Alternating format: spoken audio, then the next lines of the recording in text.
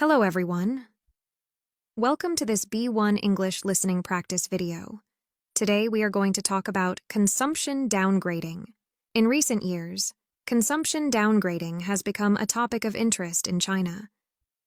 With slower economic growth and rising living costs, more and more consumers are choosing affordable, high-value products to reduce their spending and maintain a stable lifestyle.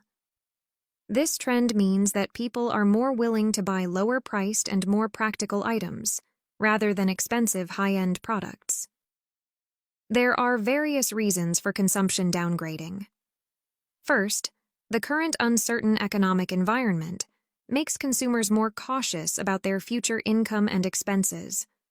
With slower income growth, many people want to practice rational spending and cut unnecessary expenses to manage potential financial pressure.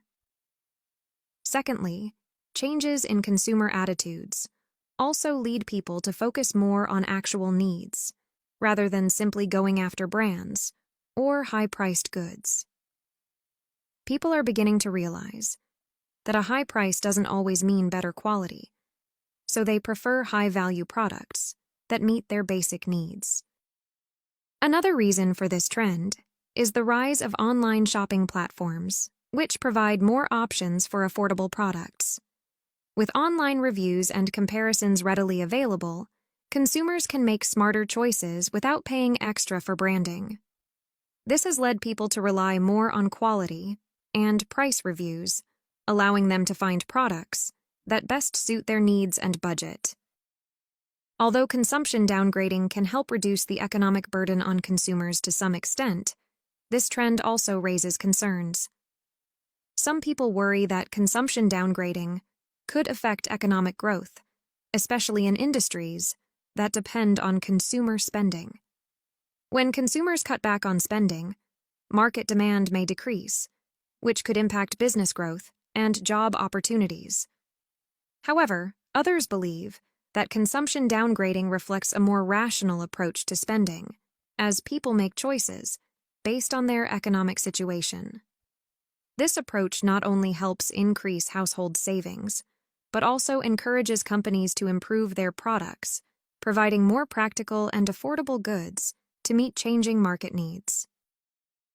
In general, consumption downgrading is the result of both economic conditions and changing consumer attitudes. It shows that people are making rational choices when facing economic pressures, not just spending less. The impact of consumption downgrading is complex. While it may put short-term pressure on the market, it could also drive companies to innovate in products and services, which could improve market efficiency. We should take a neutral view of consumption downgrading, understand the various factors behind this trend, and work to promote balanced development between consumption and the economy through policies and market measures. Now, I'm going to ask you 2 questions about today's article. Write your answers in a comment down below. 1. What are 2 reasons why people choose consumption downgrading? 2. What is one possible benefit of consumption downgrading?